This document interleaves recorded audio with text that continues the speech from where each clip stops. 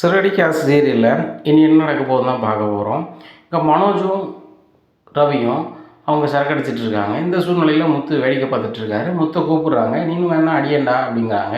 வேண்டாம் வேண்டாம், நான் அடிக்கிறவங்க பக்கத்தில் இருந்தாலே பெரிய பிரச்சனையாகிடுச்சு.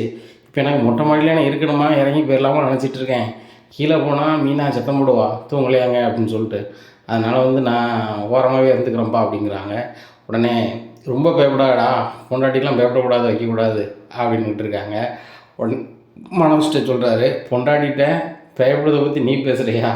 உன் பொண்டாட்டி ரோஹிணியை பார்த்தா நீ கிடுகிடுன்னு ஆடுவேன், ரவி அதுக்கு மேலே ஆடுவான் அப்படின்ட்டு இருக்காங்க. இவங்க பேசுகிறதெல்லாம் மீனா, ரோஹிணி, ஸ்ருதி கேட்டுட்ருக்காங்க. இந்த சூழ்நிலையில் ரவி சொல்கிறாரு, பொண்டாட்டிக்கு பயமெல்லாம் இல்லைடா, அப்படியே ஒரு நடிப்பு அவளுக்கு, நடித்தா தானடா அவளும் நம்புவா அப்படின்ட்டு இருக்காங்க.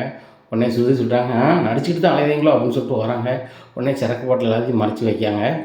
இந்த சூழ்நிலையில் முத்து சொல்கிறாரு, அம்மா எனக்கு இதுக்கு எதுவும் சம்மந்தம் கிடையாது, நான் ஓரமாக இருக்கேன், அவங்க 2 பேரும் தான் கம்பெனி அப்படிங்கிறாங்க. உடனே மீனா சொல்கிறாங்க, நான் அதை அப்பமே பார்த்துட்டேங்க, நீங்கள் பேசிக்கிட்டு இருந்தது எல்லாமே நான் கேட்டேன், உங்கள் மேலே எதுவும் தப்பு இல்லை அப்படிங்கிறாங்க. தெரிஞ்சா சரிதான் மீனா, ஏற்கனவே நம்ம தப்பு செய்யாமே என் மேலே தப்புன்னு சொல்லிட்டு ஊர்வலமாக பேசுகிறாங்க, இன்னமும் நம்ம கொஞ்சம் தெளிவாக இருக்கணும், நம்ம அதான் தள்ளி இருந்துட்டோமா அப்படிங்கிறாங்க. சரிங்க, இப்படியே இருந்தால் நல்லது தான் குடும்பத்துக்கு அப்படிங்கிறாங்க. உடனே ஸ்ருதி சொல்கிறாங்க, நீ முதல்ல கீழே வா அப்படிங்கிறாங்க ரவியை. ரவி சொல்கிறார், இன்றைக்கி ஒரு நாள் பெர்மிஷன் ஆகணுங்களா ஸ்ருதி, ப்ளீஸ் சொன்னேன், ஒரு ஜாலியாக பேசினேன் ஃப்ளோவில், உன்னை மீறி ஏதாவது செஞ்சிடணுமா சில்லப்பட்டி அப்படிங்கிறாங்க. அப்படியே நடிச்சுவியே, சரி நான் போய்ட்டு வரேன் அப்படின்னு சொல்லிட்டு சிரிச்சுட்டு ஸ்ருதி இறங்கி போயிடுறாங்க. உடனே மனோஜ் காலில் விடுறாரு, ரோஹிணி காலில். நல்லா இருக்கு ரோஹிணி, இன்றைக்கி ஒரு நாள் நான் இது பண்ணிக்கிறேன், மன்னிச்சு கொண்டு நான் குடிக்கவே மாட்டேன் வைக்கவே மாட்டேன் அப்படிங்கிறாங்க. இடுப்பில் துணி விலகுது கூட தெரியாமல் உட்காந்துட்ருக்க, ஒழுங்காக துணியை கட்டு அப்படிங்கிறாங்க. இன்னும் சரி கொஞ்சம் கட்டிடுறேன், சரி போய்ட்டு அப்படின்னு சொல்லிட்டு அனுப்பி விட்ருந்தாங்க. எல்லோரும் கீழே போயிடுறாங்க. இந்த சூழ்நிலை சரக்கு பயங்கரமாக அடிக்காங்க. அடிச்சுட்டு இருக்கும்போதே ரவி சொல்கிறார், எனக்கு போதும்டா அப்படிங்கிறாங்க.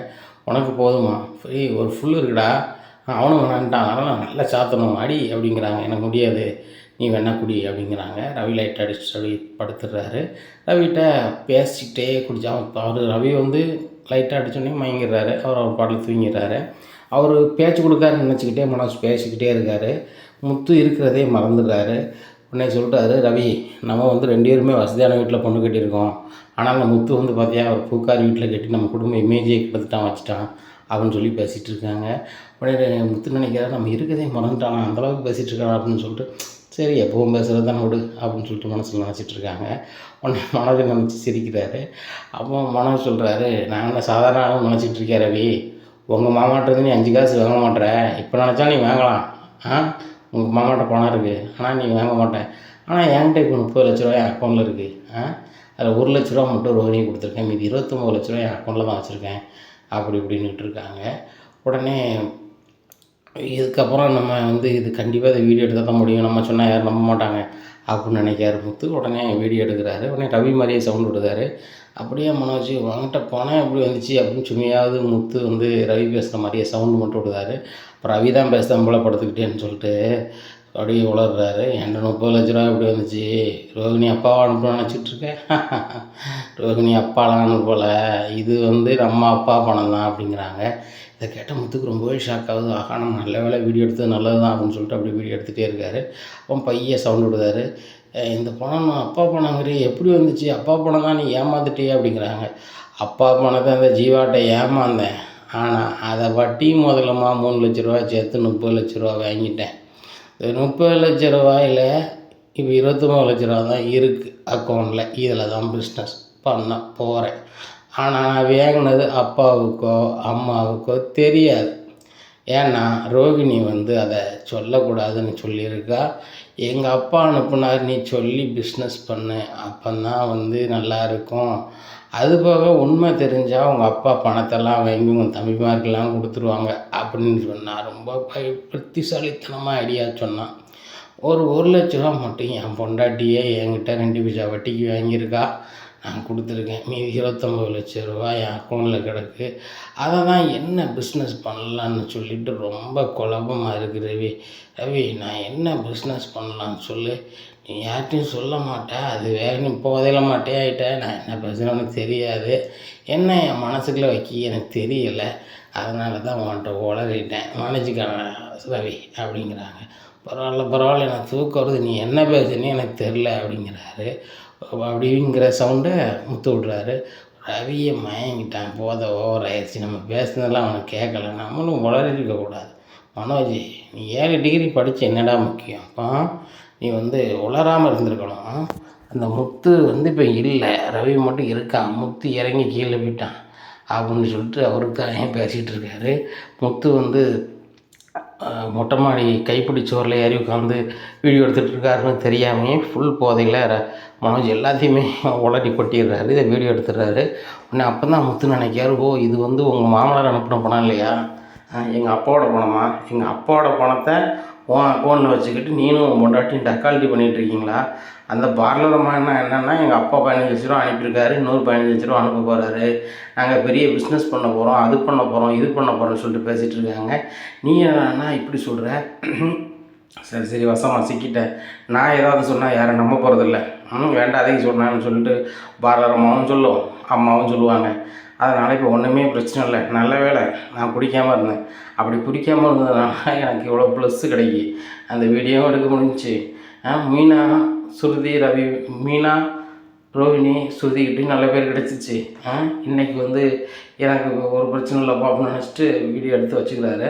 காலையில் மனோஜுக்கு என்ன பேசுனே தெரில, ஃபுல்லாக சிறகு அடிச்சதுனால அப்படியே அங்கே மொட்டை மாடலே மட்டையாகிறாரு. ரவிக்கு மயக்கம் தெரிஞ்சோன்னா அவர் எந்திரிச்சு நைஸாக சுருதி ரூமுக்கு போயிடுறாங்க. உடனே சுருதி சொல்கிறாங்க, இவ்வளோ நேரம் ஆயிடுச்சுன்னா அப்படிங்கிறாங்க. அம்மா சுருதி மன்னிச்சுக்கா, சாரி அப்படிங்கிறாங்க. சரி சரி ஒரு நாள் தானே, இனிமேல் பண்ணாத, ரெகுலராக பண்ண ஆரம்பிச்சிடாத, அவங்க முத்து மாதிரி இப்படி கெட்டு போயிடாத அப்படிங்கிறாங்க. அவன் தான் தெரிஞ்சிட்டானே அப்படிங்கிறாங்க.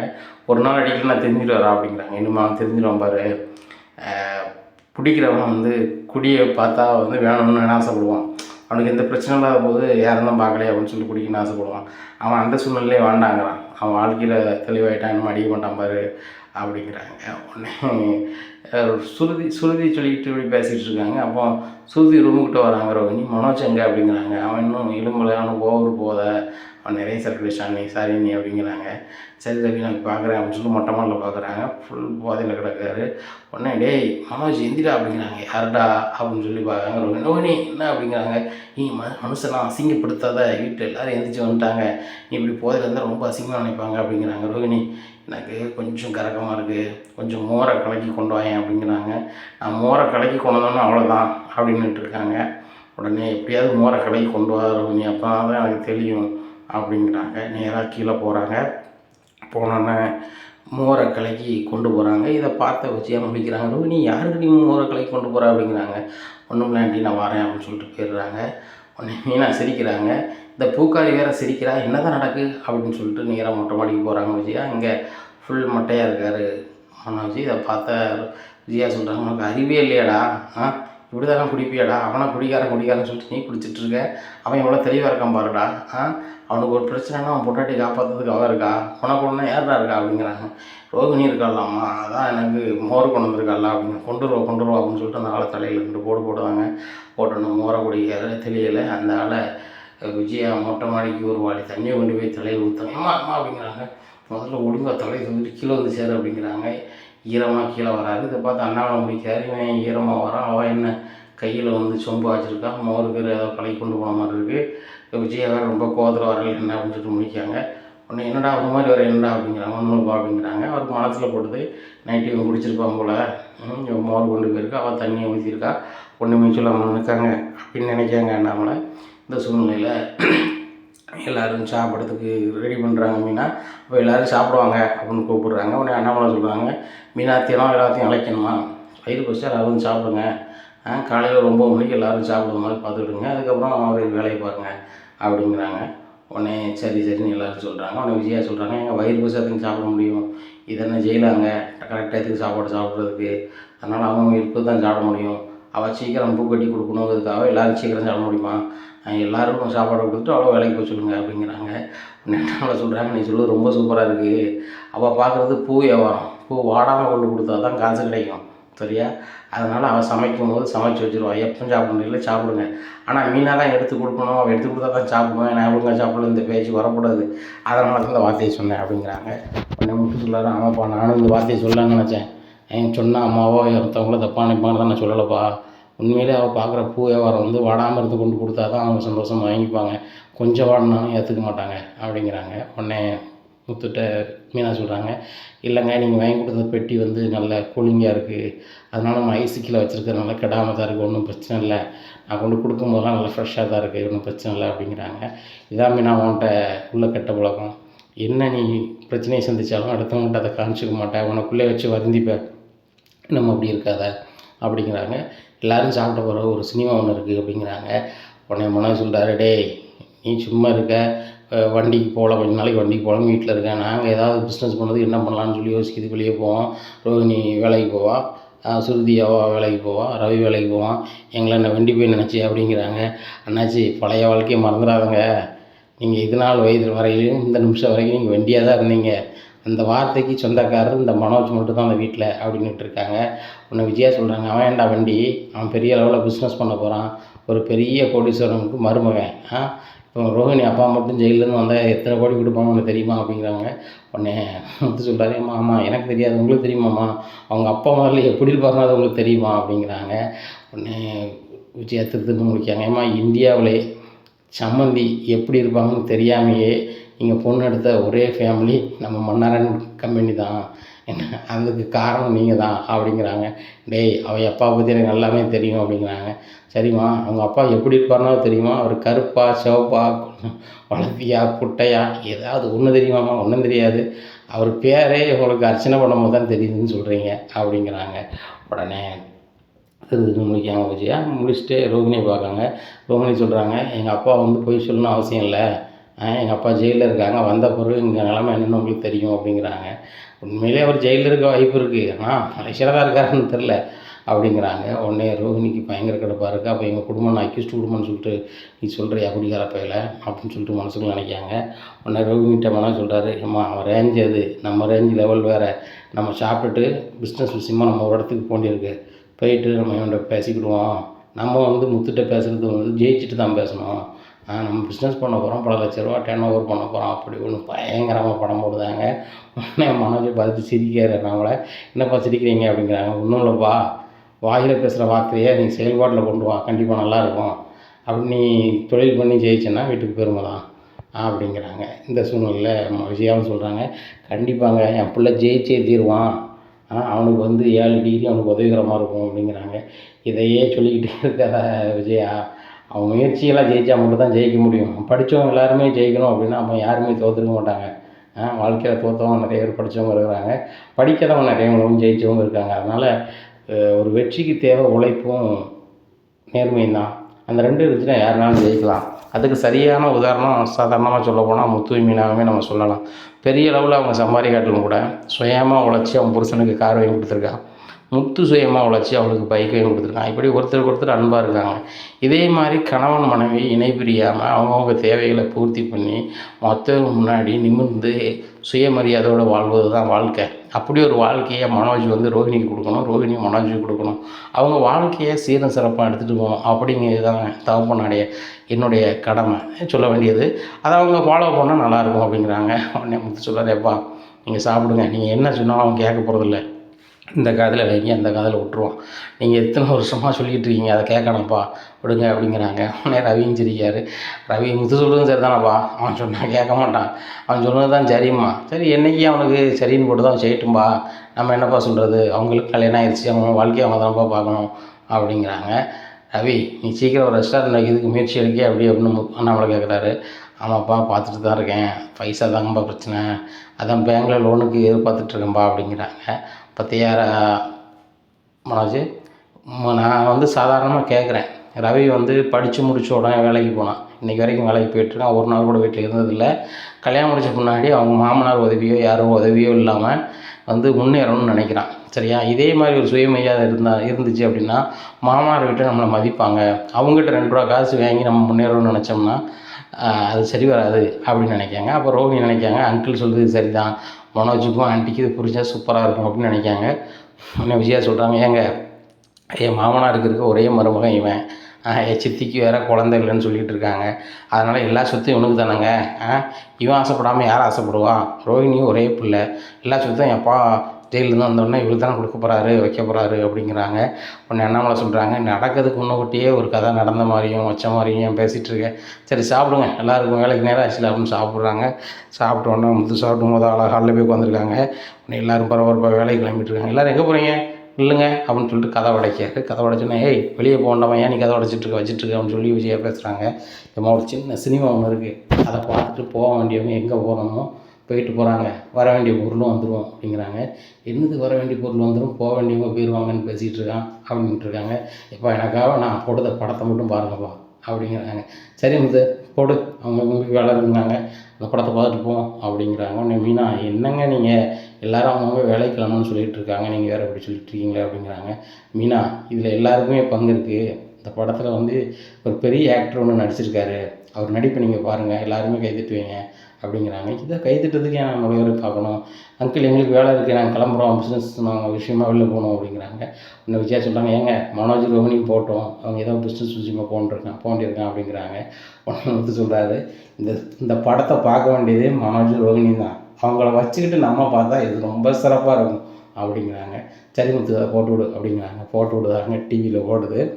மனோஜ் வந்து குடிச்சிட்டு எல்லாத்தையுமே உழம்புனதை பார்த்து அண்ணாமலை ரொம்பவே ஷாக் ஆகிடுறாங்க. விஜயா அதுக்கு மேலே இருக்காங்க. ரோஹிணி சரியான பயத்தோடு இருக்காங்க. ஆகா எல்லாத்தையும் குடிச்சிட்டு உளறிட்டானே அப்படின்னு சொல்லிட்டு மனோஜ் வந்து தலையில் கை வைக்காது. தலையில் கை வச்சுட்டு ரோஹிணி சாரி ரோஹிணி, நீ எவ்வளவோ சொன்னேன், நான் குடிச்சிட்டு உடம்பிட்டேன், நான் மன்னிச்சுக்கோ அப்படி அப்படின்ட்டு இருக்காங்க. உடனே அண்ணாமலை முத்த பார்க்குறாங்க. என்னடா பண்ணி வச்சுருக்கான் அப்படிங்கிறாங்க. அதாம்மா எனக்கு ரொம்பவே ஷாக்காக இருக்குது, நான் வந்து நல்ல வேலை நான் குடிக்கலை, நானும் அவங்க கூட சேர்ந்து குடிச்சிருந்தேன் அப்படின்னா இந்த விஷயம் தெரியாமே போயிருக்கும். கடவுள் எனக்கு வந்து தக்க இது கொடுத்துருக்காரு, புத்தியை கொடுத்துருக்காரு அந்த நேரத்தில். அதனால் வந்து இப்படி தச்சையெல்லாம் உழம்பிட்டு இருந்தான். ரவி வந்து தூங்கிட்டதே தெரியாமல் அவன் வந்து ரவி இருக்கிற மாதிரியே பேசிகிட்டே இருந்தான். நான் கொட்டிக்கிட்டே ரவி பேசுகிற மாதிரியே ஓரமாக நின்று சவுண்ட் விட்டுக்கிட்டே எல்லா குரலையும் வாங்கிட்டேன்பா அப்படிங்கிறாங்க. உடனே மனோஜ் வந்து, இல்லைப்பா அது நான் சும்மா காமெடிக்காக பேசினேன் வச்சேன் அப்படிங்கிறாங்க. உடனே ரவி சொல்கிறாரு, அது எப்படிடா காமெடி பேசுவேன், இயற்கையாக பேசியிருக்க, அவனும் கரெக்டாக எடுத்திருக்கான், என்ன இப்படி சொல்லிகிட்டு இருக்க வச்சிட்ருக்க அப்படிங்கிறாங்க. இல்லைப்பா அவன் கேட்குறான்னு தெரிஞ்சும் சுவாரஸ்யத்தான்ப்பா அப்படி சொன்னேன் அப்படிங்கிறாங்க. உடனே சொல்கிறாரு, டேட் உட்பட சொல்லுவேன், யார்கிட்ட வாங்கினா என்ன வரும், அந்த ஜீவாட்ட வாங்கினா எல்லாத்தையும் சொல்ல தானே செஞ்சேன், அதே நானும் சீசனில் தான் நின்றேன் சரியா. அந்த மேடத்துக்கு வந்து நான் தான் கனடா மேடத்துக்கு நான் தான் வந்து டிரைவராக வடக்கு இந்தியாவுக்கு கூட்டிகிட்டு வந்தேன். நீ அந்த மேடத்துக்கு தான் ஏன் பணம் ஏமாந்துருக்கேன்னு எனக்கு தெரியாது, அந்த மேடத்துக்கு தான் நீ 30 லட்ச ரூபா வாங்கிட்டுன்னு தெரியாது அப்படிங்கிறாங்க. 27 லட்ச ரூபாய்க்கு 30 லட்ச ரூபா வாங்கிட்டானா முத்து அப்படின்றாங்க. அப்போ தானப்பா சொன்னான் 1 லட்ச ரூபாய் அவங்க ஒய்ஃபுக்கே வட்டி கொடுத்துருக்காங்க அந்த பார்லர் அம்மாவுக்கே அப்படிங்கிறாங்க. ரோஹிணி பயங்கரமாக முடிக்காங்க. இந்த மனோஜ் லூசு பையன் மாதிரி எல்லாத்தையும் உழம்பிட்டானே, இப்போ இந்த 29 லட்ச ரூபாய் வாங்கிக்குவாங்களா நினச்சேன்னு தெரியல அப்படின்னு சொல்லிட்டு முடிக்காங்க. உடனே மனோஜ் அப்பவும் அந்த பொலிட்டி அடிக்கிறாரு, இப்போ இதெல்லாம் வந்து நான் சும்மா காமெடி தான்ப்பா சொன்னேன், பணம் எதுவும் என்கிட்ட இல்லை வைக்கல அப்படிங்கிறாங்க. உடனே முத்து சொல்கிறாரு, ரவி இவன் அக்கௌண்ட்டில் பணம் இருக்கா இல்லையான்னு சொல்லிட்டு நம்ம பேங்க்கில் போய் செக் பண்ணி பார்த்தா தெரிஞ்சிருங்களா அப்படிங்கிறாங்க. உடனே சுருதி சொல்கிறாங்க, 100% தெரிஞ்சிடும், இவருக்கு எத்தனை அக்கௌண்ட் இருக்குது வைக்கன்னு சொல்லிட்டு கூட நம்ம அந்த லிங்க்கில் பார்த்துக்கலாம், ஆதார் லிங்க்கில் பார்த்துக்கலாம் அப்படிங்கிறாங்க. உடனே இதை கேட்டால் மனோஜ் ரொம்பவே அடி போகிறாரு. ஆகா பேங்க்கில் போய் பார்த்தா மாட்டிப்போம், நம்மளே சரண்டர் ஆயிடுவோம்னு சொல்லிட்டு, எம்மா என்ன மன்னிச்சிருங்க, எப்பா என்ன மன்னிச்சிருங்க, அந்த பணம் என்கிட்ட தான் இருக்குது, 27 லட்ச ரூபாய் நான் தந்துடுறேன் அப்படிங்கிறாங்க. டேய் 27 லட்ச ரூபாயா, எங்கள் அப்பா பணம் 27 லட்ச ரூபாய்க்கு வட்டியாக தருவா அப்படிங்கிறாங்க. உடனே 29 லட்ச ரூபாய் தந்துடுறேன் அப்படிங்கிறாங்க. 1 லட்சம் அது ரோஹிணி தான் வாங்கியிருக்கா, அதுக்கு 2000 வட்டி தந்துருக்கா, மீதி 98,000 அவள் ரெடி பண்ணி தந்துடுவா அப்படிங்கிறாங்க. உடனே அங்கிள் எங்களை மன்னிச்சிருங்க, ஆண்டி எங்களை மன்னிச்சிருங்க அப்படிங்கிறாங்க. விஜயா பயங்கரமாக முறைக்காங்க ரோஹிணியை. என் வீட்டுக்கார பணத்தை ஓம் பணம்னு சொன்ன மாதிரி ஏமாத்திட்டி, சரியான கல்லூரி மங்கியாக இருக்கிய, என் பையனே என்கிட்ட போய் சொல்ல வச்சுட்டி அப்படின்னு சொல்லிட்டு ரொம்பவே முடிக்காங்க. ஏன்டா இப்படி செஞ்ச அப்படின்னு சொல்லிட்டு மனோஜை கேட்குறாங்க அண்ணாமலை. உடனே அண்ணாமலைகிட்ட சொல்கிறாங்க, இப்போ ரோஹிணி தான்ப்பா வீட்டில் சொல்ல வேண்டாம், அப்படி நீங்கள் சொன்ன அப்படின்னா அவ்வளோ பணத்தையும் உங்கள் அப்பா வாங்கி எல்லா பசங்களும் பகிர்ந்து கொடுத்துருவாங்க வச்சுருவாங்க அப்படிங்கிறாங்க. உனக்கே தெரியுதுல அவளுக்கே தெரியுதுல, இது பொதுவான பணம், எல்லாருக்கான பணம், இந்த பணத்தை நீங்கள் எப்படி ஏமாற்றலாம் வைக்கலாம், உங்களுக்கு எப்படி மனசு வந்துச்சு, இந்த முத்து மீனா வந்து வீட்டுக்கு அவங்க சாதாரண உடைக்கிறத விட வீட்டுக்கு கொண்டு அவங்களால முடிஞ்சதை செய்கிறாங்க, ஒன்னியோ ரோஹினியோ அதை செய்யணும் சொல்லிக்கிட்டு இல்லை, மளிகை சாமானுக்கு மட்டும் கொடுப்பீங்க, மருத்துவ செலவுலேருந்து எல்லா செலவையும் அந்த முத்து மீனாவும் பார்க்குறாங்க, இதெல்லாம் யாரும் நினைக்க போகிறதில்ல அப்படிங்கிறாங்க. ரவி சொல்கிறாங்க, எப்பா இன்னுமே இருந்து வரவு செலவுக்கு நானும் கொடுக்குறேன்ப்பா அப்படிங்கிறாங்க. இல்லைப்பா நீங்கள் வந்து ஒரு வீட்டில் பொண்ணு கட்டியிருக்கீங்க, வீட்டிலேருந்து உழைச்சி கொண்டு வீட்டில் வாங்கி கொடுத்து நம்ம சாப்பிடணும் அப்படிங்கிற நிலையில் வந்து சொன்ன மாதிரி அவர் சொன்னார். அதனால் அந்த பிள்ளைய நீ கண்காணாமல் காப்பாற்ற வேண்டியது தான் அந்த வீட்டோட முக்கியத்துவமாக இருக்குது. அதனால் நீலாம் ஒரு காலமும் கொடுக்க வேண்டாம்பா. நீங்கள் ஆளை போல் இந்த குடும்பத்தில் எப்பவும் அப்படி இருப்பீங்களா அப்படி இருக்க ஒன்றும் பிரச்சனை இல்லை. ஆனால் வந்து நம்ம குடும்ப பணத்தை இந்த இந்த பணம் செஞ்சுருக்கு சரி கிடையாது, அந்த பணத்தை உடனே வாங்கணும்ப்பா அப்படிங்கிறாங்க. உடனே ரவி சொல்கிறாங்க, உடனே அப்பா அக்கௌண்ட்டுக்கு அனுப்பு அப்படிங்கிறாங்க. உடனே சரிப்பா அப்படின்னு சொல்லிட்டு வேறு வழியே எல்லாமே 27 லட்ச ரூபா அனுப்பிடுறாரு. உடனே ரவி பார்க்குறா, என்னடா 27 லட்ச ரூபா அனுப்பியிருக்க அப்படிங்கிறாங்க. உடனே முத்து சொல்கிறாரு, ஒழுங்கு மரியாதையாக எங்கள் அப்பா உள்ள பணத்துக்கு 27 லட்சம் ப்ளஸ் 3 30 லட்ச ரூபா எங்கள் அப்பா அக்கௌண்ட்டில் வந்துருக்கணும், இல்லைன்னா அவ்வளோதான் அப்படிங்கிறாங்க. என்கிட்ட இவ்வளோ தானே பணம் இருக்குது அப்படிங்கிறாங்க. அப்பா பணத்தை செலவு பண்ண தெரியுது, பிஸ்னஸ் பண்ண போகிறேன், அப்படி பண்ண போகிறேன், இப்படி பண்ண போகிறேங்கிற, இதை மட்டும் உன்னால் பண்ண முடியாது, அதை பண்ண முடியாதோ அப்படிங்கிறாங்க. உடனே ரோகிணி சொல்கிறாங்க, அந்த 98,000 ரூபா 2 நாளாக கொடுத்துருவோம் அப்படிங்கிறாங்க. உங்களை நம்ப முடியாது அப்படிங்கிறாங்க. நம்பி தான் ஆரம்பம், என்கிட்ட இப்போ பணம் இல்லை, தந்துடுவோம் நீங்கள் சொல்லுங்கள் அப்படிங்கிறாங்க. உடனே விஜயாவுக்கு பயங்கர கிடப்பு. ரோகிணிக்கு தனியாக வச்சுக்கிற அந்த ரூமில் போய், இவ்வளோ பேர் முன்னாடி என்னை அசிங்கப்படுத்திட்டால, இந்த முத்து மீனா என்னை கேவலம் நடக்கும் மாதிரி பண்ணிட்டால, என் புருஷன் பணத்தை வச்சுக்கிட்டு இவ இப்படி பண்ணியிருக்காளா அப்படின்னு சொல்லிட்டு மனசு நினச்சிட்டு இருக்காங்க. அப்பவும் சமாளிக்காங்க. மனோஜ் வந்து பிஸ்னஸ்க்காக தான் அப்படி வச்சுட்டாங்க, நீங்கள் மன்னிச்சுக்கோங்க வச்சுக்கோங்க அப்படி இப்படின்னுட்டு இருக்காங்க. விஜயா நீ பேசுகிறது சூப்பராக இருக்குது, இதே இது முத்தோ ரவியாரோ பண்ணியிருந்தாங்கன்னா நீ விடுவியா? அந்த மனோஜ் மட்டும் நீ காப்பாற்றணும்னு நினச்சி செஞ்சிட்ருக்கிய, இது சரியாக இருக்கா அப்படி இப்படின்னு கேட்குறாங்க. உடனே சொல்கிறாங்க, அவங்க பேசுகிறதுல என்ன ஆண்டி இருக்குது, கரெக்டாக தானே பேசுகிறாங்க. இவங்களுக்கு ஒரு நியாயம், மற்றவங்களுக்கு ஒரு நியாயமா? எப்படி பொது பணத்தை வைக்கலாம் சொல்லுங்கள்? இந்த 30 லட்ச ரூபாய்க்கு நாங்கள் ஆசைப்படலை, இது அங்கிளோட பணம் தானே, இந்த அங்கிள்கிட்ட அவர் கொடுத்துருக்கணுமா கொடுக்கக்கூடாதா?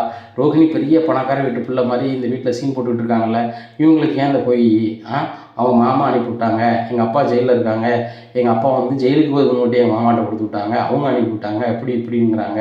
அப்போ எல்லாமே போய் தானா அப்படிங்கிறாங்க. ஸ்ருதி இப்போ தான் நீ கரெக்டாக கேட்டிருக்க, மாமாவே ஒரு நடிப்புக்கார மாதிரி தெரியுது, அவர் வந்து தலைமறைவாக சுற்றுறாராம். அவங்க அப்பாவை பிரச்சனைக்கு என் மாமாவை ஏன் அவங்க போலீஸ் அரெஸ்ட் பண்ணணும், அவங்க ஃப்ரெண்ட்ஸுக்கு எதுவும் பிரச்சனைனா அவங்களுக்குள்ளே பார்த்துப்பாங்க, இதெல்லாம் ஓவராக தெரியுது அப்படிங்கிறாங்க. அங்கிள் இந்த பணம் விஷயத்தை மட்டும் தான் நாங்கள் போய் சொன்னோம், மற்றபடி எதுவுமே போய் கிடையாது.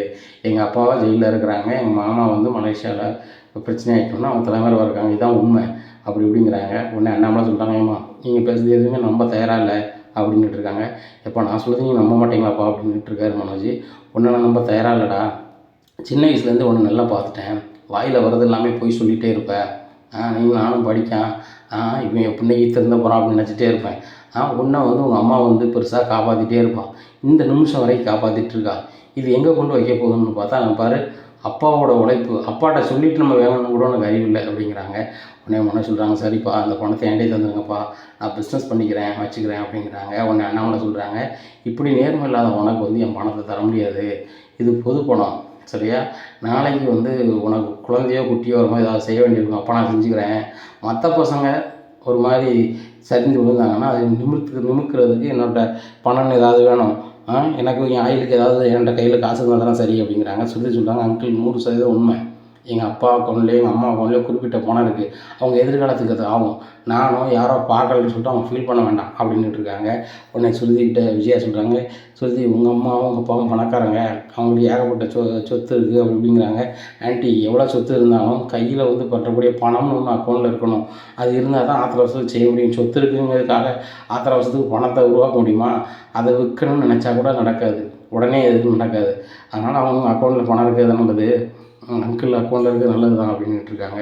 உடனே ரவி மறுபடியும் செக் பண்ணி பாரு, அவன் 29 லட்ச ரூபா அனுப்பிட்டான்னு பாரு அப்படிங்கிறாங்க.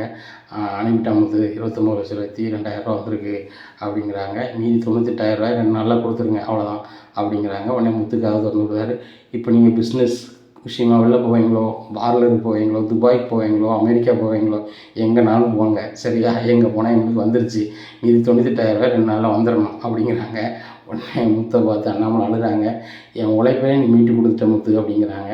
இல்லைப்பா அவன் குடிச்சிட்டு உழம்புனான், ஒரு வீடியோ வந்து என்னை அசிங்கப்படுத்தி என்னை கேவலப்படுத்தி இந்த ஊர் முன்னாடி உங்களை தலைகுனியை வச்சிச்சு, இன்னொரு வீடியோ நம்ம வீட்டு மொட்டை மாடியிலே நடந்துச்சு, அதை வச்சு உங்களை தலைமுறை வச்சிட்டேன், இனிமேல் உங்கள் வாழ்நாள் முழுவதும் நீங்கள் சுயமரியாதையோடு இருக்கலாம், அது போக உங்கள் செலவுக்கோ உங்கள் வருங்காலத்துக்கு உங்கள் பேரன் பேத்திக்கோ நீங்கள் ஏதாவது செய்யணுன்னா கூட உங்கள் அக்கௌண்ட்டில் பணம் இருக்கணும்பா அப்படிங்கிறாங்க. முத்து இதிலேருந்து உனக்கு ஒரு ரூபா காசு கூட வேண்டாமா அப்படிங்கிறாங்க. ரவிக்கு உனக்கு ஏதாவது செய்யணும்லப்பா அப்படிங்கிறாங்க. இல்லைப்பா எனக்கு உழைப்பு இருக்குப்பா நான் பார்த்துக்கிறேன் அப்படிங்கிறாங்க. ரவி சொல்கிறாங்க ஆமாப்பா நான் பார்த்துக்கிறேன் அப்படிங்கிறாங்க. ரவி நீ கூட ரெஸ்டாரண்ட் வைக்கணும்னு சொன்னீங்க, பேங்க்கில் லோனுக்கே 1000 ரூபா அப்பா தரேன் அப்படிங்கிறாங்க. உடனே இல்லைப்பா நான் பேங்க்லேயே ரெடி பண்ணிக்கிறேன்ப்பா நானே அடைச்சிருவேன் அப்படிங்கிறாங்க. உடனே ஸ்ருதின்னு சொல்கிறாங்க ஆமாம் அங்கிள் நாங்கள் 2 பேரும் வேலை பார்க்குறோம், கண்டிப்பாக லோன் அடைச்சி நாங்கள் மீட்டுருவோம், ஒன்றுமே பிரச்சனை இல்லை. அப்படி பணம் எனக்கு வேணா தான் எங்கள் அம்மாட்டையும் எங்கள் அப்பாட்டையும் கேட்டிருப்பேன், அவங்ககிட்ட கேட்கக்கூடாது அப்படின்னு சொல்லி தான் 2 பேரும் வைராக்கியத்தில் இருக்கோம். உங்கள் சைட்லையும் கேட்க மாட்டேன், எங்கள் சைட்லையும் கேட்க மாட்டேன், 2 பேரும் கேட்காம நாங்கள் பேங்க் லோன் போட்டு ஜெயிச்சு வருவோம் அப்படிங்கிறாங்க. உடனே மனோஜ் சொல்கிறாங்க எப்பா ரவி பணம் வேண்டாங்க அவனுக்கு கொடுக்கன்னு சொல்கிறீங்க, இந்த மாதிரி முத்தும் வேண்டாங்கிறான், நான் கேட்குறோம்லப்பா எனக்கு தாங்க அப்படிங்கிறாங்க. டேய் பிள்ளைன்னா இந்த மாதிரி தான் வளரணும் பாரு, சுயமரியாதையோட அவங்க உழைச்சி நாங்கள் முன்னேறுவோம்னு சொல்கிறாங்க, நீ மட்டும் உழைப்பை காட்ட மாட்ற, அதனால தான் உனக்கு இப்படி வரல. நீ வந்து உன் ஒய்ஃபோட போ, எந்த பிஸ்னஸ் பண்ண நீங்கள் சிந்தனை பண்ணு, அவள் தனியாக பார்லர் வச்சுருக்கேன்னு சொல்கிறாளா, நீ அதை மெயின்டைன் பண்ணாலும் சரி தான், எதை பண்ணாலும் சரி தான், ஜெயிச்சு வாங்க அப்படிங்கிறாங்க. ரோஹிணி மனசுக்கு நினைக்காங்க எனக்கு எங்கே சொந்த பார்லர் இருக்குது, நானே வந்தாங்க சம்பளத்துக்கு வேலைக்கு தான் போகிறேன், இந்த மனோஜ் குடிச்சிட்டு உடம்புனால மொத்த பணமும் போச்சு, எல்லாம் மனுஷனா இவனை நம்பி நான் தலையை கழுத்து நீட்டிருக்கேன் பாரு அப்படின்னு சொல்லிட்டு ரொம்பவே கடுப்பில் இருக்காங்க. உடனே விஜயா உங்கள் ரூமுக்கு விஜயா வந்து கூப்பிட்றாங்க ரோஹிணி ரூமுக்கு அப்படிங்கிறாங்க. அந்த ஆண்டி வேறு என்ன சொல்ல போகிறாங்களே தெரியல அப்படின்னு சொல்லிட்டு போகிறாங்க. உடனே கதவை அடைக்காங்க. ரோஹிணி நீலாம் மனுஷி அப்படின்னு சொல்லிட்டு சூட்டை கட்டி வாங்கிடுவோம் அப்படின்னு கையை வாங்குறாங்க.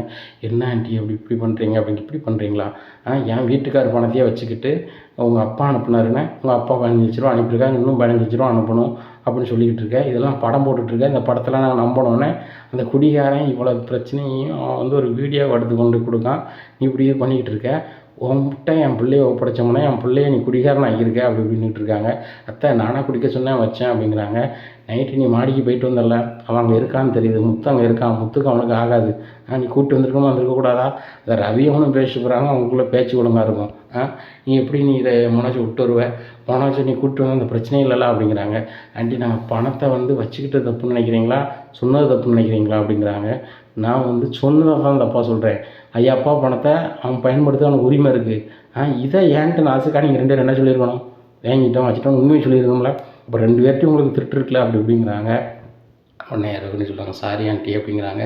தயவுசெய்து ஆண்டிக்கு நின்றுட்டு இருக்காத, உங்கள் அப்பா சீக்கிரம்னு வீட்டுக்கு வந்தாகணும், நீனும் விரதம் இருக்க அப்படி இருக்கு அப்படி இருக்குன்னு சொல்லிட்டு இருந்த, கடைசியில் பார்த்தா எல்லாத்தையும் 8 மணிக்கு சாப்பிட ஆரம்பிச்சிட்டேன், உன் விரதத்தையே முடிச்சிட்டேன், உன் புருஷன் பக்கத்தில் இருக்கக்கூடாதுன்னு இப்போ அதையும் கேட்குறது கிடையாது, எல்லாமே இது பண்ணிட்டேன், கழுதை புரண்டுட்டேன், இப்போ வந்து எனக்கு தேவை வந்து என் பையனுக்கு ஏதாவது பிஸ்னஸ் பண்ணணும், உங்கள் அப்பா எப்போ வெளியே வருவார், எப்போ பணம் கிடைக்கும் அதை சொல்லு அப்படிங்கிறாங்க. ஆண்டி எனக்கு தெரியாதுல்ல ஆண்டி, எங்கள் அப்பாவுக்கு சுவிட்ச் ஆஃப் தானே வருது அப்படி இப்படின்னுட்டு இருக்காங்க. அப்போ நீ போ மலேசியாவுக்கு போ, மலேசியாவுக்கு போய் உங்கள் அப்பாவுக்கு ஜாமீன் போட்டு வெளியே இப்படி எடுத்து கொண்டு வா அப்படிங்கிறாங்க. ஆண்டி மலேசியாவுக்கு போகணும் வைக்கணும்னு சொல்லிட்டு நான் கிட்டத்தட்ட 5 லட்ச ரூபா ஆகும் அப்படிங்கிறாங்க. நான் வேணா 5 லட்ச ரூபா வாங்கி தரேன், என் வீட்டுக்கார்ட்ட வாங்கி தரேன், சரியா ஃபைனலாக வாங்கி தரேன், நீனும் மனோஜி வெளிநாட்டுக்கு போய் உங்கள் அப்பாவோட வாங்க, சரியா உங்கள் வரும்போது உங்கள் அப்பா வந்து மனோஜுக்கு வந்து பிஸ்னஸ் பண்ணது பணம் கொடுத்துருக்கணும், சொத்து கொடுத்துருக்கணும் அப்படிங்கிறாங்க. ஆண்டி அதெல்லாம் முடியுமான்னு தெரியல, உடனே ஜெயிலேருந்து வந்தோடனே சொத்து ரிலீஃப் ஆகிருமா இல்லை கொஞ்ச நாள் ஆகுமான்னு தெரியாது அப்படிங்கிறாங்க. அப்படி ஆகலைன்னா அது வரைக்கும் உங்கள் வீட்டில் இருங்க, உங்களுக்கு மலேசியாவில் வீடு இருக்கலாம் அப்படிங்கிறாங்க. அதெல்லாம் 7 8 வீடு இருக்கு ஆண்டி அப்படிங்கிறாங்க. 7 8 வீடு இருக்கலாம், ஒரு வீட்டில் இருங்க, ஒன்றும் பிரச்சனை இல்லை, அவர்கிட்ட பேசி வாங்கி தரேன் அப்படி இப்படின்னுட்டு இருக்காங்க. உடனே வேறு வழியே இல்லாமல் சரி ஆண்டி வாங்கித்தாங்க அப்படின்னு நினைக்காங்க. மனசுக்கும் நினைக்காங்க அந்த 5 லட்ச ரூபா வாங்கிட்டு மலேசியா போகிறோன்னு சொல்லிட்டு மலேசியா கூப்பிட்டு எங்கேயாவது போயிடணும், சிம்பிளாக ஏதாவது ஒரு பேங்கில் லோனை போட்டு நம்ம கண்ணு தெரியாத ஊரில் ஒரு பார்லர் வச்சு அப்படியே செட்டில் ஆகிடணும். மனோஜ் வந்து வேலைக்கு போகிற மாதிரி தெரியல, நம்ம பார்லர் வச்சு அவனை வீட்டுக்கு வேலைகளே ஏதாவது செய்த மாதிரி வச்சு அப்படியே பேத்தி கொண்டு போயிட வேண்டியதான் அப்படின்னு நினைக்காங்க. அப்போ நேராக வித்தியாட்ட சொல்கிறாங்க, இப்படி ஆயிடுச்சு அப்படிங்கிறாங்க. ஏன்டி இப்படி பண்ணியிருக்காரு மனோஜ், அவனை முட்டாள் தான் நினச்சேன், சர்வ முட்டாளாக இருக்கானே உன் புருஷன் அப்படிங்கிறாங்க.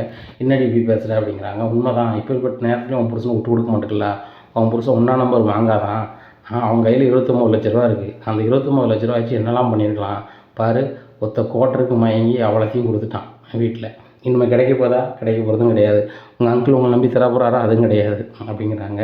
இல்லடி இந்த கஷ்டத்துலேயும் இன்னும் நடந்திருக்கு அப்படிங்கிறாங்க. என்ன அப்படிங்கிறாங்க. மலேசியாவில் போய் எங்கள் அப்பாவை ஜெயிலில் இருந்து கொண்டு வரணும் அப்படிங்கிறாங்க.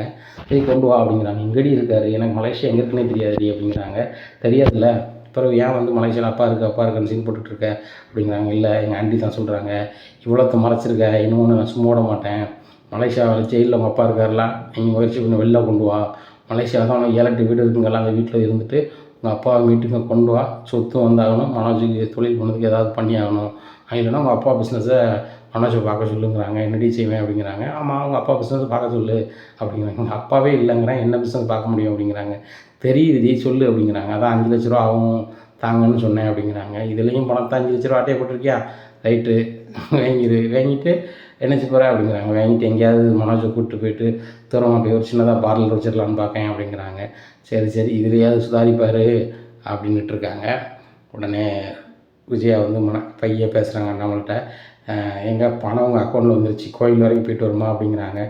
ஆமாம் போயிட்டு வரணும் விஜயாவா அப்படின்னு சொல்லிட்டு கோயிலுக்கு போகிறாங்க. அப்போ பார்வதிக்கும் போனடிச்சு வர சொல்கிறாங்க. பார்வதியும் கோயிலுக்கு வராங்க. அப்போ சாமி கும்பிட்டு இருக்கும்போது பார்வதி சொல்கிறாங்க, ஏன்னா விஜயா சொன்னால் போன பணம் வந்துருச்சுன்னு சொல்லிட்டு அப்படிங்கிறாங்க. ஆமாம்மா, முத்து முயற்சி பண்ணலன்னா பணம் வந்திருக்காது. இந்த மனோஜ் வந்து பணத்தையும் எங்கே வச்சுக்கிட்டு என்கிட்டயே ஏமாற்றிட்டு வந்திருக்கான் அப்படிங்கிறாங்க. உடனே பார்வதி சொல்கிறாங்க, ஆமாண்ணே, இந்த ஊர் வளர்த்துக்கு முன்னாடி இந்த பையன் மனோஜ் உங்களை அசிங்கப்படுத்திட்டு போனான், இன்றைக்கி வரைக்கும் உங்களுக்கு ஏமாத்து தான் பண்ணிக்கிட்டு இருக்கான் அப்படின்ட்டு இருக்காங்க. உடனே விஜயாவுக்கு பயங்கர கிடப்பாக இருக்குது. இந்த பார்வதி வர சொன்னால் தப்பாலாம் போச்சு, மனோஜை பற்றி குறைச்சே பேசிகிட்டு இருக்கா அப்படின்னு சொல்லிட்டு நினச்சிட்டு இருக்காங்க. ஏங்க அந்த பிரகாரத்தை சுற்றி கும்பிட்டுவாங்கன்னு சொல்லிட்டு அண்ணாமலை அனுப்புகிறாங்க. அண்ணாமலை பிரகாரத்தை சுற்றி கும்பிட்டுறாங்க. அப்போ பார்வதி சொல்கிறாங்க, பார்வதி நீ வெளுத்து போடும் வெளுத்து, எதுக்கு மனோஜை குறை சொல்லிகிட்டு இருக்க அப்படிங்கிறாங்க. உண்மையை தானே சொல்கிறேன், அந்த முத்து மட்டும் கண்டுபிடிக்கலன்னா சொல்லியிருக்க மாட்டாங்களே அப்படிங்கிறாங்க. சரி, அவங்க அப்பா பணம் வைக்க அவனுக்கு உரிமை இல்லையோ அப்படின்னு. உரிமை இருக்குது, அது சொல்லிட்டுல வைக்கணும். அண்ணாமலைன்னா இவ்வளோ காலத்து உழைப்பு இல்லை, அந்த உழைப்பை சொல்லணும்னா அது எப்படி? அவனும் பிள்ளை தானே, முத்துக்கும் வலிக்கும் இல்லை அப்படிங்கிறாங்க. அவனுக்கு நல்லா வலிச்சிச்சு, படம் வந்து மனோஜிக்கிட்டு இருக்கக்கூடாது, மனோஜுக்கு இல்லாமல் யாருக்கு இல்லாமல் போகணும் தான் அவனோட எண்ணம் அப்படிங்கிறாங்க. உடனே விஜயா இப்படிலாம் பேசாத, அப்படின்னா தான் எப்போ எனக்கு பணம் வேணும், நான் இந்த கார் தொழில் தான் பண்ணிகிட்ருக்கேன், இன்னொரு கார் வாங்க போகிறேன், இல்லை ஏதாவது தொழில் பண்ண போகிறேன், எனக்கும் என் பங்கு பணம் தாங்கன்னு அவன் கேட்டிருப்பாங்களா, ஏன்ப்பா அவங்க அக்கௌண்ட்டில் இருக்கட்டும்னு சொல்கிறான். அதனால் அதெல்லாம் பேசாத அப்படின்ட்டு இருக்காங்க. உடனே அண்ணாமலை வந்துடுறாங்க. என்ன விஜயா என்ன சொல்லிகிட்டு இருக்கா அப்படின்ட்டு இருக்காங்க பார்வதிட்ட. ஒன்றும் இல்லை, சும்மா பேசிகிட்டு இருந்தோம் அப்படிங்கிறாங்க. என்ன பேசிகிட்டு இருப்பா, மனோஜை காப்பாற்றுறதுக்கு ஏதாவது பேசிகிட்டு இருப்பா தானே அப்படிங்கிறாங்க. உடனே பார்வதி சிரிக்காங்க. ஆகா, பார்வதி சிரிச்சே காட்டி விட்டாளா அப்படின்னு சொல்லிட்டு முறைக்காங்க. நீ எங்கடா ஒன்று உங்கள்கிட்ட சொல்லணும் அப்படிங்கிறாங்க. நீ கோயில் போடும்போது தெரியும் சொல்லு அப்படிங்கிறாங்க. ஏங்க ரோகிணி அப்பாவை பார்க்க போகணும் அப்படிங்கிறாங்க. ஏன் அம்மா பார்க்க போகணுமா, அவங்க அப்பா தான் ஜெயிலில் இருக்காங்கன்னு சொல்கிறீ அப்படிங்கிறாங்க. இல்லை, ரோகிணியும் மனோஜ் வந்து மலேசியா போகிறாங்க அப்படிங்கிறாங்க. இதை உன்ட்ட யார் சொன்னா அப்படிங்கிறாங்க. நான் தான் அவங்கள்ட்ட சொன்னேன் அப்படிங்கிறாங்க. நீ சொன்னால் அவங்க எப்படி போவாங்க அப்படிங்கிறாங்க. இல்லைங்க, அவர் ஜெயிலில் இருக்காங்க, பல கோடி ரூபாய்க்கு ஒரு அதிபதி, அவர் வெளியே வந்தால் தான் மனோஜுக்கெல்லாம் கிடைக்கும் வைக்கும் அப்படின்ட்டு இருக்காங்க. இந்த பேராசையில் அவனை வளர்க்காத, உழைக்கணும், சாப்பிடணும், வைக்கணும், யார்கிட்டையும் 1 ரூபா வாங்காமல் வாழணும் அப்படின்னு மாதிரி நீ சொல்லிக் கொடுத்து வளர்க்கணும். சின்ன பிள்ளையிலேருந்து நீ இப்படியே ஆசை காட்டி வளர்த்து அவன் மோசம் போய் நிற்கான். சரியா, சொந்த வீட்டிலேயே திருடுறான், சொந்த வீட்டு பணத்தையே ஆட்டையை போடுறான். ஏற்பட்டவனுக்கு நீ சப்போர்ட் பண்ணிக்கிட்டு இருக்க, அது உனக்கு தெரிய மாட்டேங்குது அப்படிங்கிறாங்க. எங்கள் மனோஜ் வந்து தொழில் பண்ணனா பெரிய ஆள் ஆயிடுவாங்க, சும்மா இருக்கிறனால தான் அப்படி பண்ணுறான், என் பிள்ளை வந்து இல்லைன்னா இதை பண்ண போகிறானா வைக்க போகிறானா அப்படிங்கிறாங்க. இன்றைக்கு வரைக்கும் ஆச்சு, ஒரு தகப்பனுக்கு உழைச்சி 1 ரூபா காசு தந்ததில்லை, வீட்டை பார்த்ததில்லை, மாமனாருக்கு காசில் உழைச்சி பெரிய ஆள் ஆயிடுவான்னு உனக்கு ஒரு எண்ணம், உனக்கு ஒரு எண்ணம், இதெல்லாம் நடக்க போதா, கொண்டாட போதா அப்படிங்கிறாங்க. எங்கள் ஒரு 5 லட்ச ரூபா மட்டும் கொடுங்க, அவங்களுக்கு டிக்கெட்டுக்கு, அவங்களுக்கு விஷாவுக்கு ஆகி வச்சுக்கிட்டோம் அப்படிங்கிறாங்க. உடனே பார்வதி சொல்கிறாங்க, 5 லட்ச ரூபா எப்படி ஆகும், மலேசியா போகிறதுக்கு கம்மியாக தானே வரும் அப்படிங்கிறாங்க. நீ இப்போ மலேசியாவுக்கு போயிருக்கியோ அப்படிங்கிறாங்க. நான் போனதில்லை, ஆனால் சிலவங்க சொல்லுவாங்க அப்படிங்கிறாங்க. அவள் தான் கரெக்டாக சொல்கிறாள், 5 லட்ச ரூபா ஆகும்னு சொல்லிட்டு 5 லட்ச ரூபா கொடுப்போம், அவங்க நேராக மலேசியா போட்டு அங்கே தங்கி அப்பாவை ஜெயிலேருந்து ஜாமீன் எடுத்து கொண்டு வரட்டும், வந்தோடனே சொத்து பூரா மனோஜ் தானே வரப்போகுது, பிஸ்னஸ் பூரா அவனுக்கு தானே வரப்போகுது, இப்போ ஒரே பொண்ணு அப்படி அப்படின்ட்டு இருக்காங்க. உடனே பார்வதி சிரிக்காங்க. இந்த விஜயாவுக்கு பணம் கிடைக்குன்னா தான் என்னன்னாலும் ஜீவால, இதே மலேசியாவுக்கு விஜயா போய் கூட அவன் சம்மந்தாரை எடுத்துகிட்டு வெளியில் எடுத்துகிட்டு இப்போ சொத்தை எழுதி எவனாலும் எழுதிங்க வேலை எப்படி அழிவா அப்படின்னு நினைக்கிறாங்க மனசுக்குள்ள. உடனே பார்வதி சொல்கிறாங்க, விஜயா பயங்கரமான சிந்திச்சிருப்பு போலியா அப்படிங்கிறாங்க. இல்லை, நான் யோசனை பண்ணி தான் சொல்கிறேன், இப்படியே இருந்தாங்கன்னா மனசு ஒரு தொழிலும் பண்ண மாட்டான், அவன் அண்ணனுக்கு கூட பிறந்த 2 பேரும் அவன் தொழில் பண்ணிட்டான், ஏதாவது வேலைக்கு போகிறோன்னு சொல்லிட்டு இவனை குறைச்சி மதிப்பிடுவாங்க. அந்த சுருதி வேறு பெரிய பணக்கார வீட்டு பிள்ளை, இந்த மீனா வேறு 1 ரூபா காசு சம்பாத்தியம் பண்ணால் நான் பெரிய பூக்கடை வச்சுருக்கேன் அப்படி இப்படின்னு சொல்லி லாந்திட்டு இருக்கா, இந்த மனோஜுக்கு ரோஹிணிக்கு மட்டும் வாழ்வாதாரம் எல்லாம் பெறும் அப்படிங்கிறாங்க. உடனே பார்வதி சொல்கிறாங்க, அவள் தான் சொந்தமாக பார்லர் வச்சுருக்கல, இப்படி என்ன குறைவு அப்படியே வந்துட போகுது, இந்த வீட்டில் ஏற்றத்தாழ்வுகள் வந்துட போகுது அப்படிங்கிறாங்க. உடனே அண்ணாமலை சொல்கிறாங்க, இப்படி ஒரு ஏற்றத்தாழ்வுகள் வீட்டில் கிடையாது பார்வதி, தேவையில்லாமல் வந்து இவ தான் பிரியோனை பண்ணிகிட்டு இருக்கா, அப்படிலாம் கிடையவே கிடையாது, மனோஜும் ரோகிணியும் மட்டும் கரெக்டாக வந்துட்டாங்கன்னா அந்த வீடு கரெக்டாக வேணும், ஒன்றுமே பிரச்சனை இல்லை அப்படிங்கிறாங்க. ஏங்க மனோஜ்லாம் கரெக்டாக தான் இருக்கான், அவனுக்கு பொருளாதாரம் இல்லாதனால தான் அப்படி பண்ணிட்டான் பிள்ளை அப்படின்ட்டு இருக்காங்க. அதானே, அவனுக்கு சப்போர்ட் பண்ணாமல் நீ இருக்க மாட்டியா? அவன் கெட்டு போனதுக்கு ஒரே காரணம் நீ மட்டும்தான், வேறு யாருமே இல்லை அப்படிங்கிறாங்க. ஏங்க நான் வந்து எல்லாரும் மூலம் தான் வளர்த்தேன் அப்படிங்கிறாங்க. நீ அவனை மட்டும்தான் வளர்த்த, எல்லாருமே வளர்க்கல சரியா? இந்த ரவியையோ முத்தையோ மேலே நீ பாசத்தை காட்டினதில்லை சரியா? சுருதியை வந்து அவன் கெட்டலை அப்படின்னா ரவியை நீ வீட்டுக்குள்ளே ஏற்றிருக்க மாட்டேன், இதான் உண்மை. அவன் பணக்காரியை கெட்டப்போ நீ ஏற்றுக்கிட்ட. இதே தான் ஒரு கஷ்டப்பட்ட பிள்ளைய கெட்டியிருந்தான் அப்படின்னா வீட்டுக்குள்ளேயே நீ ஏற்றுக்கிட்டான்னு சொல்லியிருப்பேன். ஆனால் மனோஜ் வந்து இதோ மாதிரி ஒரு கஷ்டப்பட்ட பிள்ளையோ இதை விட மோசமாக அவனே கட்டியிருந்தா கூட மனோஜ் வீட்டுக்கு வாடா அப்பாட்ட நான் சொல்லி மன்னிப்பு கேட்டு நீ ஏற்றுக்கிறேன்டா வீட்டில் என்ன சொல்லியிருப்பேன், இதான் நடந்திருக்கும் அப்படிங்கிறாங்க. உடனே கரெக்டாக சொன்னாங்கண்ணே, என்ன நீங்கள் கரெக்டாக சொன்னீங்க அப்படிங்கிறாங்க. உடனே பார்வதி, நான் இவ்வளோ தான் வந்து சின்ன வயசுலேருந்து பார்த்துட்ருக்கேனே, இவ்வளோ கல்யாணம் முடிக்கிறதுக்கு முன்னாடி எங்கள் சொந்த வீட்டில் எங்கள் வீட்டில் தான் இருந்திருக்கா. என் சொந்த பொண்ணு சொல்லி கட்டியிருக்கேன். ஆனால் இவ்வளோ பற்றி தெரியாதா? A to Z தெரியும். இவ தான் நினைப்பேன் நம்ம வீட்டுக்காரர் வேலைக்கு போகிறாரு, நம்ம செய்கிறதெல்லாம் தெரியாது வைக்காதுன்னு நினச்சிட்டு இருக்கா அப்படிங்கிறாங்க. உடனே முடிக்காங்க விஜயா, இன்னமும் 5 காசு அவனுடைய கொலையை விட்டு அப்படின்னு சொல்லிட்டு நடந்தே போகிறாங்க வீட்டுக்கு. போனோடனே முத்து வராரு காரில். என்னப்பா நடந்து போகிறீங்க? கோயிலுக்கு போயிட்டு வரேன்ப்பா அப்படிங்கிறாங்க. காரில் இருங்கப்பா வீட்டுக்கு போவோம் அப்படிங்கிறாங்க. இல்லைப்பா நடந்தே வரேன் தான் வேண்டியிருக்கேன், அதனால் வீட்டுக்கு நடந்தே போகிறேன் அப்படிங்கிறாங்க. சரிப்பா அப்படின்னு சொல்லிட்டு நேராக வீட்டுக்கு போகிறாரு. உடனே அப்பா அம்மா கோயிலுக்கு போயிட்டு வராங்க. வந்தோடனே மோர் கலக்கி கொடு அப்படிங்கிறாங்க. உடனே மீரா மோர் கலக்கி கொண்டு கொடுக்காங்க. உடனே உன் கையால் நான் ஒன்றுமே குடிக்க மாட்டேன் வைக்க மாட்டேன் அப்படிங்கிறாங்க விஜயா.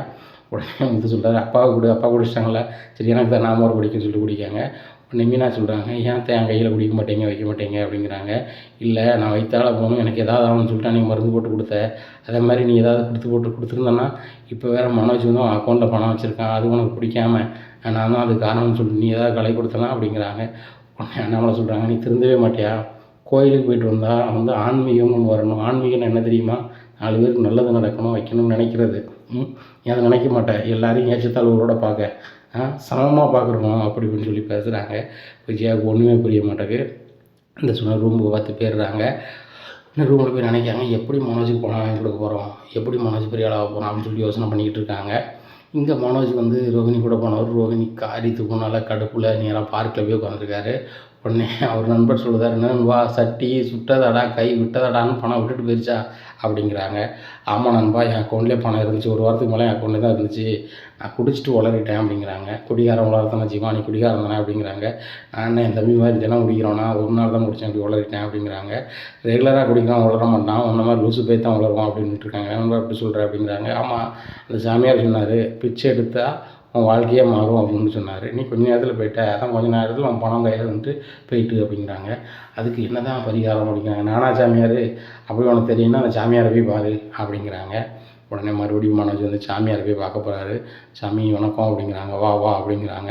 இன்னைக்கு தெரியுதா சாமி அப்படிங்கிறாங்க. உன்னை தெரியாமையா? உன்னை மாதிரி சோம்பேறி எனக்கு தெரியும் சொல்லு அப்படிங்கிறாங்க. சாமி அன்னைக்கு நீங்கள் பிச்சை எடுக்க சொன்னீங்க அப்படிங்கிறாங்க. பிச்சை எடுக்க நான் சொல்லலை, என் நிலைமைக்கு பரிகாரம் என்னன்னு கேட்டேன், நான் பரிகாரத்தை சொன்னேன், அதை நீ செய்யலை அப்படிங்கிறாங்க. சாமி நான் உங்களுக்கு சொல்லாமல் எப்படி தெரியும் அப்படிங்கிறாங்க. அவன் முகத்தை பார்த்தோன்னே தெரியுது, அந்த பரிகாரத்தை நீ பண்ணியிருந்தானே பெரிய கோடீஸ்வரனாக இருப்பேன், இப்போ உன் கையில் வந்த பணமும் போயிருக்குமே அப்படிங்கிறாங்க. உடனே ரொம்பவே முழிக்கிறாரு. நம்ம கூட வந்து நண்பரும் ஃபோன் பண்ணால் வாய்ப்பு இல்லை, நம்ம கூட இருந்தார், இப்போ இவர் எப்படி சாமி சொல்லுதார் அப்படின்னு சொல்லிட்டு சாமி அப்படிங்கிறாங்க. உண்மைதான், உன் கையில் பணம் நிற்க வாய்ப்பே இல்லை இன்னுமே சரியா, அந்த வாய்ப்பு போயிடுச்சு, இனி இருக்க ஒரே வாய்ப்பு உன் பொண்டாட்டி உழைப்பில் வாழ்கிறது தான் அப்படிங்கிறாங்க. உடனே சாமி என்ன சாமி இப்படி சொல்கிறீங்க அப்படிங்கிறாங்க. ஆமாம், உன் பொண்டாட்டியால் 5 ரூபா பணம் தான் உன் கை, பொண்டாட்டி கையில் தான் 5 ரூபா காசு வாங்கினாலும் வாங்க வேண்டியதாக இருக்கும், இல்லை உங்கள் அப்பாவுக்கு தெரியாமல் அம்மா உனக்கு தரணும், இந்த காசை நடக்கும் அப்படின்னு நினைக்காங்க சொல்கிறாங்க.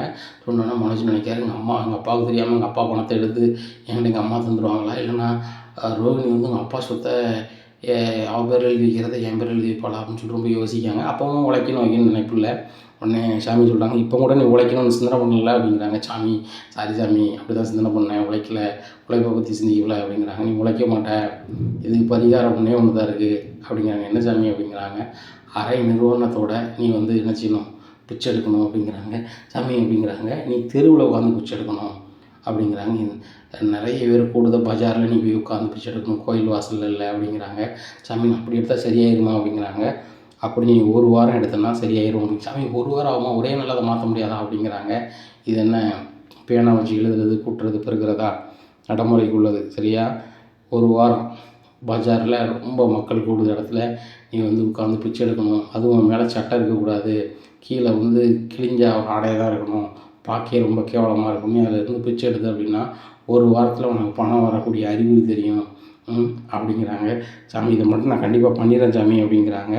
உடனே சரின்னு சொல்லிட்டு வீட்டுக்கு போயிடுறாங்க. அப்புறம் ரோஹிணிட்டு போய் சொல்கிறாங்க, ரோஹிணி சாரி ரோஹிணி அப்படிங்கிறாங்க. என்கிட்டலாம் நீ பேசிடாத மனோஜ், எனக்கு ரொம்ப கடுப்பில் இருக்கேன், நான் போக இடம் இல்லாமல் நான் இங்கே வந்துட்டுருக்கேன், பேசாமல் எங்கள் அப்பாவை கூப்பிட்டே போயிடுவேன் அப்படிங்கிறாங்க. உடனே ரோஹிணி நினச்சி பேசுறதுக்கு வந்து அவங்க அப்பா இறந்துட்டாங்க, உன் கூட இருக்க வாழ பிடிக்கல, நான் வேலை பார்த்து போயிடுவேன்னு சொல்லிட்டு பேசுகிறாங்க. உடனே மனோஜ் நினைக்கிறாரு, ஆகா இவன் மலேசியா போயிடுவாங்களா அப்படின்னு சொல்லிட்டு, சாரி ரோஹிணி, இனிமேல் நான் அப்படி பண்ண மாட்டேன் வைக்க மாட்டேன் அப்படிங்கிறாங்க. நீ இனிமேல் என்ன பண்ணாலும் உனக்கு பணம் வரப்போதா அப்படிங்கிறாங்க. ரோஹிணி, உங்கள் அப்பாட்ட போனால் தான் பணம் வந்துடும்ல, பேசாமல் உங்கள் அப்பாட்ட நம்ம 2 பேருமே போவோம், உங்கள் அப்பாட்ட போது பண்ணால் நான் அம்மாட்ட பேசி பணம் வாங்கி தரேன் அப்பாட்ட அப்படிங்கிறாங்க. நீ சொன்னால் உங்கள் அம்மா வாங்கி தருவாங்களா அப்படின்னு. நான் சொன்னால் கண்டிப்பாக வாங்கி தருவாங்க.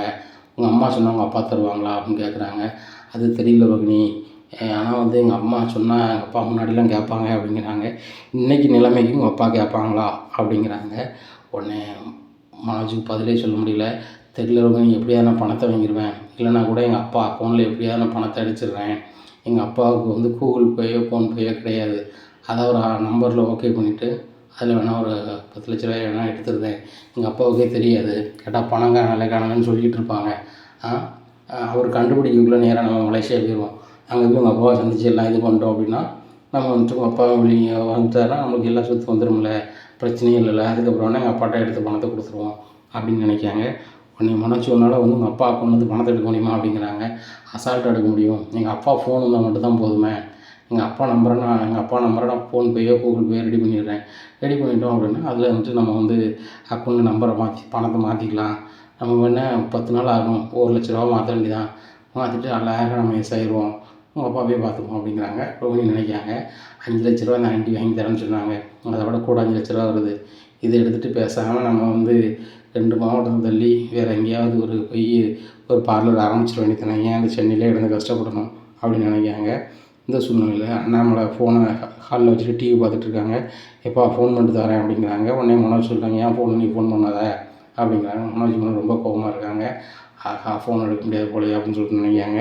உடனே ரோஹிணிட்டு சொல்லுவாங்க, ரோஹிணி இன்றைக்கி பாஷா படிக்கலை, நாளைக்கு எப்படியும் எங்கள் அப்பா ஹாலில் வந்து மதியங்கான்னு சாப்பிட்டு தூங்கிட்டு இருப்பார், நைஸாக ஃபோன் எடுத்து அந்த ஆப்பை டவுன்லோட் பண்ணி நான் மாற்றி விட்ருக்கேன் அப்படிங்கிறாங்க. இந்த சூழ்நிலை சரி மனோஜ் அப்படின்ட்டு சரி மனோஜ் அப்படிங்கிறாங்க. இந்த சூழ்நிலை அதே மாதிரி அண்ணாமலை சாப்பிட்டு தூங்கிட்டு இருக்காங்க. ஃபோன் எடுத்து இந்த ஆப்பை டவுன்லோட் பண்ணி 1 லட்ச ரூபாயை மனோஜ் அக்கௌண்ட்டுக்கு அனுப்பிடுறாங்க. அனுப்பினோடனே செல் எடுத்து பார்க்குறாரு, டெலிவரி அந்த அக்கௌண்ட்லேருந்து அக்கௌண்ட் மாறினதுக்கு பேங்க்லேருந்து எஸ்எம்எஸ் கொஞ்சம் லேட்டாக வருது. இதை பார்த்து அண்ணாமலைக்கு ரொம்பவே ஷாக் ஆகிடுது. என்னடா நம்ம பணமே யாருக்கும் அனுப்பலை, நான் பணம் அனுப்புன மாதிரி வருது அப்படின்னு சொல்லிட்டு ஓப்பன் பண்ணி பார்க்குறாங்க. மனோஜ் அக்கௌண்ட்டுக்கு மாறி இருக்குது. இதை பார்த்த அண்ணாமலைக்கு பயங்கர ஷாக். நம்ம வீட்டில் சொன்னோம்னா என்ன பிரச்சனை நடக்குன்னு தெரியலையே அப்படின்னு சொல்லி நினச்சிக்கிட்டு இருக்காங்க. அப்போ தான் நினைக்காங்க, ஆகா இதில் என்னமோ நடந்திருக்கு அப்படின்னு சொல்லிட்டு நேராக பேங்க்கு போகிறாங்க. பேங்க்கில் போய் மேனேஜர்கிட்ட பேசுகிறாங்க, சார் இந்த மாதிரி என் அக்கௌண்ட் வந்து இந்த பையன் அக்கௌண்ட்டுக்கு மாறி இருக்குது, இப்போ நான் 1 லட்ச ரூபா நான் எப்படி மாற்றணும்னு தெரில அப்படிங்கிறாங்க. நீங்கள் தான் சார் மாற்றிருக்கீங்க, கூகுள் பே அக்கௌண்ட்லேருந்து மாறி இருக்குது அப்படிங்கிறாங்க. எனக்கு அதை பற்றி தெரியாது சார் அப்படிங்கிறாங்க. இல்லை சார் மாறி இருக்குது அப்படிங்கிறாங்க. அப்போ தான் நினைக்காங்க, நம்ம வீட்டில் படுத்து கிடக்கவும் மனோஜ் தான் வந்து இப்படிலாம் பண்ணியிருக்கான் அப்படின்னு சொல்லிட்டு, இப்படி ஆகிட்டானே, இன்னும் இவனை நம்பி நம்ம எப்படி இந்த வீட்டில் படுக்கிறது, இந்த நிலைமைக்கு ஆளாயிட்டானே அப்படின்னு சொல்லிட்டு நேராக மனோஜ் ரூம் போகிறாங்க. மனோஜ் வெளில வா அப்படிங்கிறாங்க. அப்பா அப்படிங்கிறாங்க. தயவுசெய்து நான் அப்பான்னு கூப்பிடாத, திருட்டு வேலை பார்த்துக்கிட்டு இந்த வேலை இப்படி பண்ணிகிட்டு இருக்காத அப்படிங்கிறாங்க. திருட்டு வேலை பார்க்குறவங்க வந்து எனக்கு மகனாகவே இருக்க முடியாது அப்படி இப்படின்னு கத்திட்டு இருக்காங்க. இதை மீனா பார்த்துடுறாங்க. மீனா பார்த்துட்டு சரி ரைட் அவங்க பையனை அவங்க அப்பா ஏசுகிறாங்க, நம்ம இதை காது கொடுத்து கேட்கக்கூடாதுன்னு சொல்லிட்டு அவங்க பூ எடுத்துகிட்டு வியாபாரத்துக்கு போயிடுறாங்க. உடனே விஜயா, என்னங்க இப்படிலாம் பேசுகிறீங்க, பையனை அவன் நம்ம பையன் தானேங்க அப்படிங்கிறாங்க. அவன் நான் பையனாகவே இருக்க வாய்ப்பு இல்லை, எனக்கு பிறந்தவங்க நீங்கள் செஞ்சுருக்கே மாட்டான் அந்த திருட்டுத்தனத்தை அப்படிங்கிறாங்க. ஏங்க முன்னாடி செஞ்சதுக்கு இப்போ பேசுகிறீங்களா அப்படிங்கிறாங்க. இன்றைக்கி செஞ்சுருக்கான் சரியா, நான் ஹாலில் தூங்கிட்டு இருக்கும்போது என் அக்கௌண்ட்லேருந்து இவன் அக்கௌண்ட்டுக்கு பணம் அனுப்பியிருக்கான் அப்படிங்கிறாங்க. நான் அனுப்பலப்பா வைக்கலப்பா அப்படிங்கிறாங்க. டேய் இப்போ நீ ஏமாற்றிட்டு இருக்காத, நான் பேங்க்கு போயிட்டு தான் வரேன், ஆதாரத்தோடு தான் வரேன் அப்படின்னு சொல்லிட்டு அந்த சிலிப்பி தூக்கி தூர எறிதார். இதை பார்த்த மனசு ரொம்பவே முழிக்கிறாரா, நம்ம ஆப்பை டவுன்லோட் பண்ணி அனுப்பினோம், மறுபடியும் மாட்டிட்டோமே அப்படின்னு சொல்லிட்டு முழிக்கிறாரு. இந்த சூழ்நிலையில் அப்பா சாரிப்பா எனக்கு தேவைப்பட்டுச்சு அதான் மாற்றினேன் அப்படின்னு சொல்லிட்டு அக்கௌண்ட்டில் மாற்றி விட்றாங்க. உடனே விஜயாவுக்கு ரொம்பவே கடுப்பாகுது. இந்த மனோஜ் வந்து ஒவ்வொரு நேரம் அசிங்கப்பட்டுட்ருக்கானே, இவர்கிட்ட பணம் வேணும்னு சொன்னால் ஏன்ட்ட கேட்டால் எப்படியா நான் வாங்கி கொடுத்துருப்பேன், இதை நான் செஞ்சுருக்கணுமா அப்படின்னு நினைக்காங்க. உடனே ரோஹிணிக்கு ஃபோன் அடிக்காங்க. ரோஹிணி ஃபோனவே எடுக்கல. ஆகா மனோஜ் வேறு அங்கே மாட்டிட்டேன்னு சொல்லிட்டு ஃபோன் அடித்தான், நம்ம இப்போ வேறு வந்து ஆண்டிகிட்ட பேசினா என்ன பேசுவாங்கன்னு தெரியலையே அப்படின்னு சொல்லிட்டு முழிக்காங்க. உடனே என்ன ஆண்டி அப்படிங்கிறாங்க. என்ன நீங்கள் 2 பேரும் பண்ணிகிட்ருக்கீங்க அப்படிங்கிறாங்க. ஆண்டி நான் என்ன பண்ணிகிட்ருக்கேன் அப்படிங்கிறாங்க. இல்லை மனோஜ் வந்து உங்கள் மாமா அக்கௌண்ட்லேருந்து 1 லட்ச ரூபா பணம் எடுத்துருக்கான், நீ தான் சொன்னியா அப்படிங்கிறாங்க. நான் ஏன் ஆண்டி சொல்ல போகிறேன் அப்படி இப்படின்ட்டு இருக்காங்க. நீம்மா ஃபோனை கொடு அப்படின்னு சொல்லிட்டு, ரோகிணி நீ தானே உங்கள் அப்பா அக்கௌண்ட்லேருந்து பணம் எடுக்க முடிஞ்ச எடுன்னு சொன்னால் தான் எடுத்தேன் அப்படிங்கிறாங்க. உடனே அண்ணாமலைக்கு பயங்கர ஷாக்கு. இந்த பொண்ணு இந்த பையன் இப்படி இருக்காங்களே, இவங்களை நம்பி எப்படி நம்ம இந்த வீட்டில் இருக்கிறது அப்படின்னு சொல்லிட்டு ரொம்பவே யோசனை பண்ணி இருக்கார். இனி என்ன நடக்கும் இந்த அண்ணாமலை வீட்டில் அப்படிங்கிறத பொறுத்திருந்து பார்க்கலாம். நம்ம சேனலை நீங்கள் மறக்காமல் லைக் அண்ட் சப்ஸ்கிரைப் பண்ணுங்கள். நன்றி, வணக்கம்.